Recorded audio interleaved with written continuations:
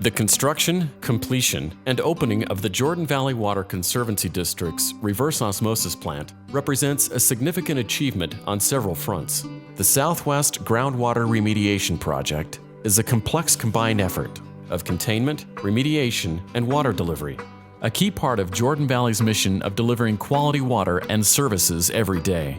Because without water flow, there is no life or growth. And as the saying goes, you don't miss the water until your well runs dry. I think everybody appreciates that water is the lifeblood of our state of Utah. We're kind of an arid climate, so having water to accommodate growth, which is surely happening here in Utah, particularly here along the Wasatch Front, water is becoming a very significantly important commodity. Jordan Valley Water is responsible for delivering sustainable, high-quality drinking water. A significant amount of water delivered is pumped from underground aquifers. When it was discovered that portions of the water feeding into these aquifers was unsafe for drinking due to mining activities, the source of contamination was identified and action taken. Kennecott, Utah Copper started mining in the Okra Mountains in about 1903. There had been mining going on for about 50 years prior to that in the Okra Mountains. And the practices that they did in years past were not like today, where you've got these triple line systems with high density polyethylene liners and leak detections and all the things that we know today are required to keep the aquifers below us and the groundwater safe. Back then that wasn't known, and back then it wasn't employed, and hence we've got contamination that we're now managing 50 plus years later.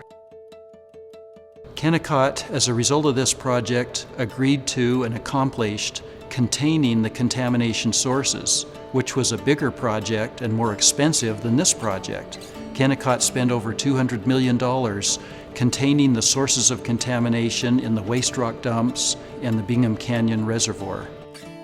We've upgraded facilities, we've upgraded smelters and concentrators and water storage facilities to prevent us from 50 years or 100 years from now looking back like we are now going, boy, they didn't know, they didn't do it right. Let's make sure we're doing it right going forward. So we're in it, have spent hundreds of millions of dollars remediating both soils and groundwater contamination, and we will continue on until it's complete. The main source of groundwater contamination from the legacy mining operations is sulfate. Sulfate is invisible, and at the concentrations found in this project, the water is unsafe for drinking. The impact of sulfate on people is that it has a laxative effect. To the sensitive parts of the population whose immune systems are weak, infants especially, and elderly people, it could be fatal. And so without this project, the sulfate would have continued moving through southwest Salt Lake Valley, could have continued moving northward through the center of the entire Salt Lake Valley.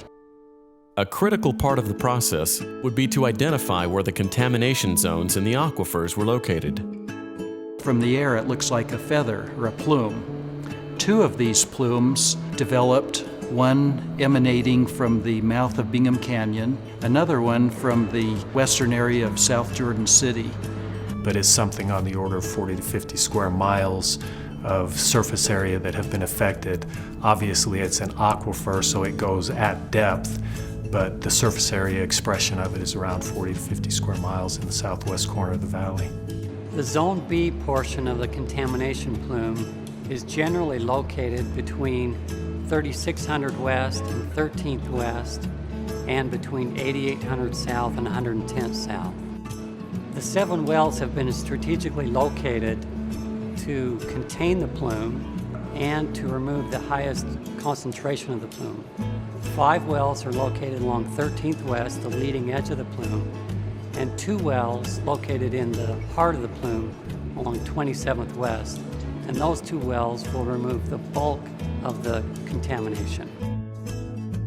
As the size and scope of the project came into focus, Jordan Valley needed to define what a successful outcome would look like, and more importantly, how to extract and treat the water to bring it back to meet Jordan Valley's benchmark delivery standards. Our concept was that 3 important public benefits could be achieved. First, the movement of the plumes and expansion had to be contained.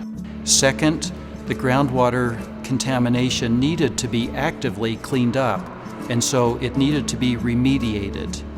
Third, even though the first two would take decades to accomplish, we could immediately produce high-quality drinking water for the public in the valley. With the how, when, and why questions of contamination answered, all efforts turned to implementing the solution for treatment.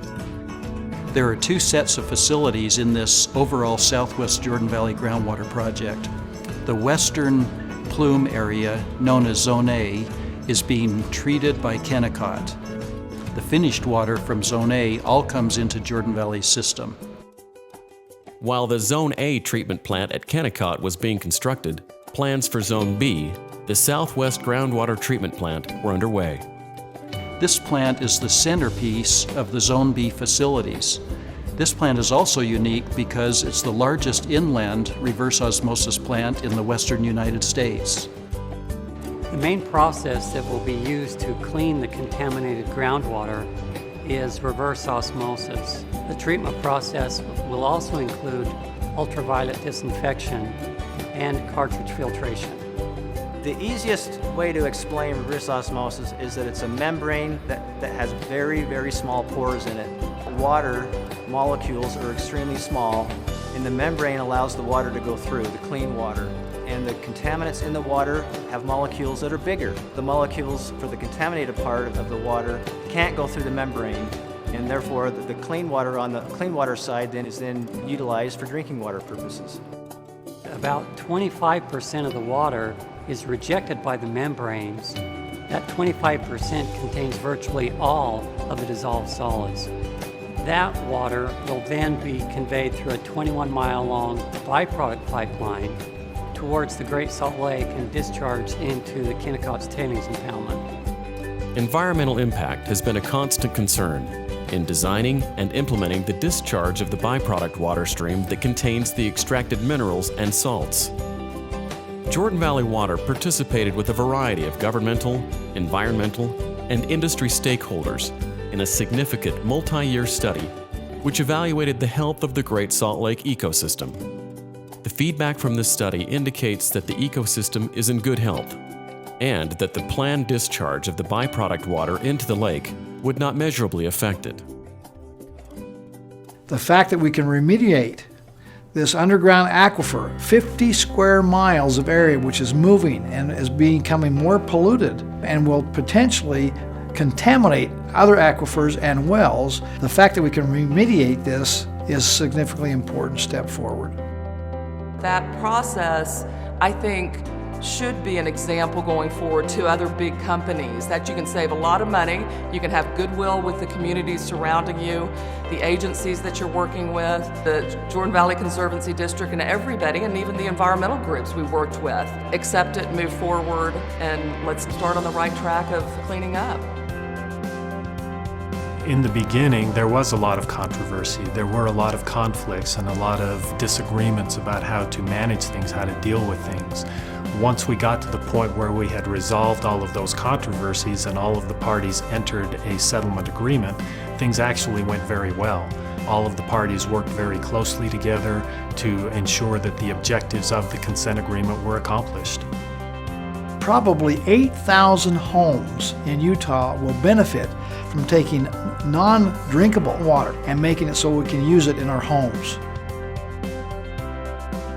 This unique partnership, and I think the size of the plume, over 50 square miles, being the largest in North America, and an active pump and treat project caused the EPA official who signed the record of decision to say this is the most significant groundwater project in the country today.